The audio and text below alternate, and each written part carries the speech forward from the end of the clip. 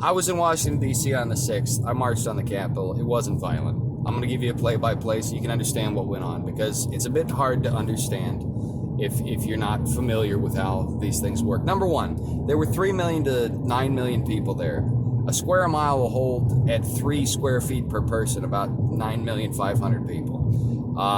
That is about how close we were packed in at the height of this thing. I kid you not. We were totally packed in. It was so tight you couldn't move. I mean, there'd be little streams of people that are threading their way through the crowd. It was bigger than any music festival you've ever seen. It was bigger than that one in Rio where they have 500,000 people. We're talking 3 million to 9 million people, multiple square miles, just chock full of people. I got there off the Red Line, a stop past Judiciary, that's a subway in DC, at about 8:30. I got off the subway and I was almost to the Ellipsis by 9, but everybody showed up and you couldn't move. Like, it took you an hour to move 5-10 feet. I swear it was packed.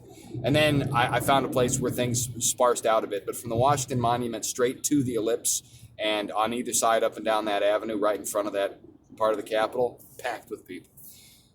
So by 9:30 I was in front of the Ellipse and I found there were people in trees. Like dozens of people that climbed trees, and they were on top of the porta potties. They were like 20 porta potties max for all these people. The mayor of DC deliberately set us up for failure. They were trying to make it difficult. They make it hard for vendors to show up. They were trying to do all the bureaucratic BS to make it hard for everybody. But everybody there were grandmas and they were families. And they were very respectful. Even though there was this big crowd, you'd move around, people were like, oh, excuse me, oh, sorry. And everybody was polite and everybody was your friend. Everybody was joking with you. It was a big love fest, honestly. It was like some sort of Woodstock event. People were smoking weed. There was a gay Gadsden snake flag. The Gadsden snakes that don't tread on me snake the gay flags where they steal the Christian rainbow, pull out one of the colors and call it good. But there were all sorts of ethnic groups: black, white, Chinese, Native American, Mexican. Everybody was there. There were gay, there were straight, there were New Yorkers, there were small town people, and everybody was getting along. We were brought together by our mutual concern for the country and our love for the president. And that's what the majority of the people were. Now, there were a few rabble-rousers. Everybody ignored them. I saw a handful of people that they were up to no good. But everybody just ignored these people. And we got to our places and we set in to watch the speakers because we knew Donald Trump was coming. He was supposed to start talking at 11 and we were ready. We were ready for it. Well, we hang out. We're being groovy. It's 40 minutes before Donald Trump gets on. I got to pee. I've been drinking a big old water bottle. I got to pee. So I go to one of these porta potties and stand in line for a half hour because there were only, 20 porta potties for well over 1 million people, probably 3 million people. Finally, I get to the porta potty and people are climbing on top of it and there's a lot of sound and everybody's yelling and I guess I got shy kidney disorder. I couldn't concentrate. So I ran all the way across the Washington Monument. Took another 20 minutes to get all the way across to where I could find some bushes. Sorry to say, I was not alone. I feel sorry for the Parks and Rec people, but they should have, put more than 20 toilets for millions of people in this, nation's capital. They didn't, and human beings have human needs. So I finally managed to find some peace where nobody's, because if I know there's 50 people standing behind me, there's pressure on me. I guess that's my problem. So I finally managed to relieve the pressure and I hear Trump get on and I run over the Washington Monument. I run back to the tree because I had climbed in a tree and I was leaning in the crook, just comfortable as all get out. I climbed back to the tree, but there was a lady there, so I just hung out and I listened to Trump for about 40 minutes or so, maybe a half hour. He started saying stuff I already knew with the statistics and everything. And he had said it's time to march on the Capitol and peacefully. He said peacefully. Everybody was peaceful. It was a great love fest. There wasn't any anger or anything. So we all picked up our stuff and a few people stuck around to listen. The smart ones started getting out early because we didn't want to deal with the big rush of people. So I started walking down. Now there's two ways. I believe it's Pennsylvania Avenue, and then there's another avenue just north of that. You could juke down a side street and then go up that one, and they both converge on the Capitol, making a sort of point like a triangle. If you look at Washington from above, it's one of them funky streets they got going on. So I start walking, talk to a vet, and we were just, having a good old time. There were a few chants going on, like "Do your jobs," "Fight for Trump," "Fight for America," "Lock them up." Nothing, it wasn't. America was never great. It wasn't pigs in a blanket, fry them like bacon. It's nothing like that. It was just, hey, do your job. It was very simple stuff, and I agree. I chanted a little. I said, "Do your job." Well, we get to the Capitol, and I noticed there were some fences that had been knocked down. There were a number of fences that had been knocked down. They weren't like big, huge. They were like barricades you put up at a concert to sort of funnel people. And I figured what had happened is there were so many people that they just got knocked down and nobody worried about it. I didn't think anybody was actually going into the Capitol building. When I got there, and I left before Trump was done with his speech, I got there and there were thousands of people already right in front of the building, thousands of people. And I ran up to the side because I saw some porta potties. Lo and behold, lines 200, 300, 400 people long. And I just felt my bladder die. And so I went and found a copse of trees. There were a bunch of cops around there, and there was an emergency medical transport vehicle. And apparently somebody had a heart attack. That's what I heard. And they needed to get him out of there. Oh, fair enough. So I'm back there in the bushes trying. And then I start hearing the flashbang grenades go off. Now, I thought these were fireworks. They sound exactly like fireworks from a distance. And I know what a gun sounds like. It wasn't a gun. I was like, oh, I guess they had a fireworks display for us. How sweet. That's what my thought was. So I couldn't go to the bathroom. And I came out and I looked, and everybody's just milling around. And the cops don't look too panicked. A few of them were laughing, joking around. Okay.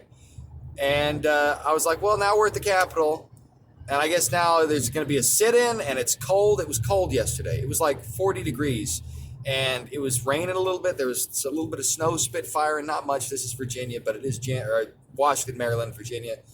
It is January, though, so it's chilly. It's rainy. It's cold. It's wet. And I was like, well, I'm not going to get in trouble here. I need to be in a bathroom where I don't feel pressured. I guess I'll just go to Union Station, use one of the bathrooms there, and then go to the subway. And that's what I did. Now, while I was there running around that tree, here are the things I saw. I saw a fat little lefty-looking couple throw a frozen water bottle at a Trump supporter. I did see that. They were by the copse of trees I was at. And they were smiling and grinning. And somebody said, where'd that come from? And I said, it came from right there. And I pointed and kept walking. I remember that. And I remember seeing a guy walking around in military gear and knee pads. And he was saying something to the effect of, you came thousands of miles. It's worth nothing unless you finish it. And I'm like, what is he talking about? And so was everybody else. Nobody was paying attention to this guy. So there were guys like that. Now, after I went home and got into my subway and found my hotel, I saw Elijah Schaffer posted a video. He was at the front of the line that went to the Capitol. Now, here's the thing. While Trump was speaking, because remember, I didn't leave till Trump he still had a half hour left to go on his speech. I left around the middle of it because I was like, okay, I know where he's going. This is great. I want to march on the Capitol. I'm freezing. I got to pee. I'm getting out of here. So I didn't leave at the end of his speech. I left before it was over. And when I got to the Capitol building, there were still hundreds of thousands of people. Whoever was with Elijah Schaffer that crashed those cops, because he's the one with slightly offensive, whoever was with him, or he was with them rather, he was following along doing news, because I like him, the guy's got moxie. They left probably right at the beginning of Trump's speech, like right at the beginning of it. Like these people had an agenda, and they got, and if you look at his footage, there's like 10 guys all dressed in black. You can't find Trump gear amongst them. I'm sure you could, but I didn't see any. And they basically tackle the police in the barricades, then overrun it. We're talking a handful of people for 3 to 9 million. There were over a square mile's worth of people there. From the Capitol building all the way down to the Ellipse, when people walked, it filled the whole street. So we're talking about a handful of people. That's like if you saw a sporting event and the home team lost and a few cars got turned over. You blame the sports team and every fan across the country for a couple of those guys.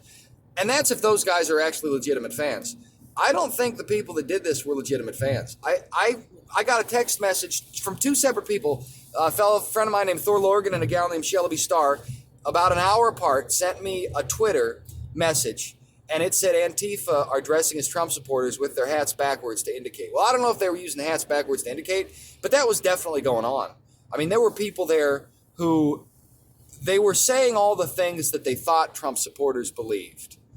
And that's not what Trump supporters believe, but because it's a populist movement and it's actually pretty all-inclusive, we were like, well, you be militant libertarian, do your thing, and we'll just not.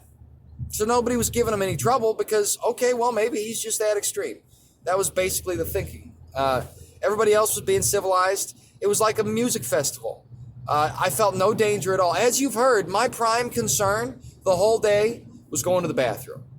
So imagine some Raiders fans knock over some cars because they get caught up in the heat of the moment.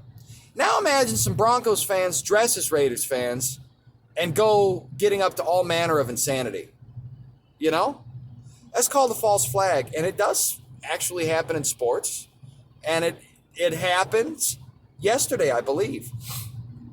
The difference between what we saw yesterday and what we saw this summer is this. BLM people were burning, rioting, and looting to steal, and BLM people killed innocent civilians. They weren't fighting with cops. Trump people were not burning, rioting, or stealing. We were perfectly peaceful. There were bad eggs sown in amongst the crop. There were some weeds, some goats, if you will. Very minor. I gave you the two instances I remember specifically. The rest is just general. Okay, ignore that guy. The majority of people were grandmothers and families. I mean, we're talking kids. I saw women pushing their dogs around in strollers. I saw at least 20 dogs there. The old ladies brought their dogs. Okay, this is who was there. And then at the Capitol, at the building itself, some crazy stuff happened.